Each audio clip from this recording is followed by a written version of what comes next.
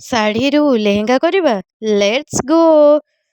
ତ ମୁଁ ଏଠି ଫାଷ୍ଟ ଗୋଟେ କ୍ୟାନ୍ ନେଇଯାଇଛି। କ୍ୟାନ୍ ଆକ୍ଚୁଆଲି ଆମେ ଲେହେଙ୍ଗା ତଳେ ପିନ୍ଧନ୍ତି ତାକି ଫ୍ଲେୟାର ଆସିବ। ଏଠି ମୁଁ ଗୋଟେ ଶାଢ଼ୀକୁ ଦୁପଟ୍ଟା କରିବାକୁ ନେଇଛି। ଫାଷ୍ଟ ମୁଁ କ୍ୟାନ୍ ୱେର୍ କରିଛି ତାକି ମୁଁ ଯେଉଁ ଶାଢ଼ୀଟା ପିନ୍ଧିବି ତାର ଫ୍ଲେୟାର ବହୁତ ଭଲ ଭାବରେ ଆସୁ, ଘେରା ଯେଉଁ କହନ୍ତି ସେଇଟା ଭଲ ଭାବରେ ଆସୁ।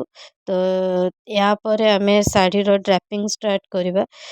ଦେଖିପାରୁଥିବେ ମୁଁ ଶାଢ଼ୀ ନେଇଯାଇଛି। ଶାଢ଼ୀର କର୍ଣ୍ଣରକୁ ମୁଁ ଫାଷ୍ଟ ଟକ୍ କରିଛି, ତାପରେ ମୁଁ ଧୀରେ ଧୀରେ କୁଞ୍ଚ କରିବା ଷ୍ଟାର୍ଟ କରିବି। ଯେମିତି ଆମେ ଶାଢ଼ୀର କୁଞ୍ଚ କରନ୍ତି ସେମିତି ଗୋଟେ ଗୋଟେ କୁଞ୍ଚ କରିବା ଆଣ୍ଡ ତାକୁ ଟକ୍ କରିକା ଯିବା। ପୁରା ଗୋଟେ ଘେରା ବନେଇବା ଆମେ ଶାଢ଼ୀର, ଦେଖିପାରୁଥିବେ ଯେମିତି ମୁଁ କରୁଛି।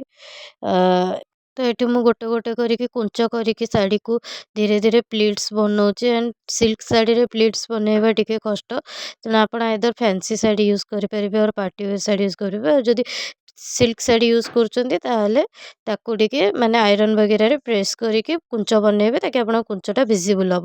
ତ ଏଇଠି ମୁଁ ଲାଷ୍ଟ ଯେଉଁ ପାର୍ଟ ଟିକେ ମୋର ବଳିଯାଇଛି ତାକୁ ମୁଁ ଗୋଟେ ଚୁନିର ଷ୍ଟାଇଲ୍ ଭଳିଆ ତାକୁ ଟକ୍ କରିଦେଇଛି। ତାପରେ ଏଠି ମୁଁ ଆଉ ଗୋଟେ ଶାଢ଼ୀକୁ ଦୁଇଟା ଫୋଲ୍ଡ କରିଛି। ତାପରେ ମୁଁ ଏଠି ତାକୁ ପ୍ଲିଟ୍ସ ବନଉଛି।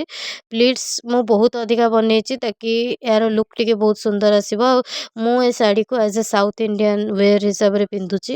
ମୋତେ ସାଉଥ୍ ଇଣ୍ଡିଆନ୍ ଶାଢ଼ୀ ତ ବହୁତ ହି ସତରେ ଭଲ ଲାଗେ, କିନ୍ତୁ କେବେ ସେମିତି ଭାଗ୍ୟ ପାଇନି ପିନ୍ଧିବାର। କିନ୍ତୁ ଯାହା ମୋ ପାଖରେ ଥାଏ ମୁଁ ତାକୁ ୟୁଜ୍ କରିକି ବନେଇବାକୁ ଟ୍ରାଏ କରେ। ଦେଖିପାରୁଥିବେ ଏଠି ମୁଁ ତାଙ୍କରି ଷ୍ଟାଇଲ୍ରେ ଯେମିତି ସେମାନେ ଶାଢ଼ୀ ପିନ୍ଧନ୍ତି ହାଫ୍ ଶାଢ଼ୀ ଷ୍ଟାଇଲ୍, ସେ ଷ୍ଟାଇଲ୍ରେ ମୁଁ ପିନ୍ଧିଛି।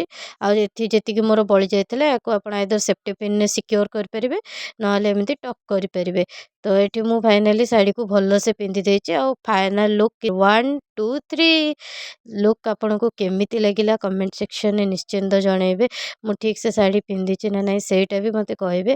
ଆଉ ଭିଡ଼ିଓ ଯଦି ଭଲ ଲାଗିଥିବ ଭିଡ଼ିଓକୁ ଲାଇକ୍ ଆଉ ସବସ୍କ୍ରାଇବ୍ କରିବାକୁ ଜମା ଭୁଲିବେନି। ରହିଲି, ନମସ୍କାର।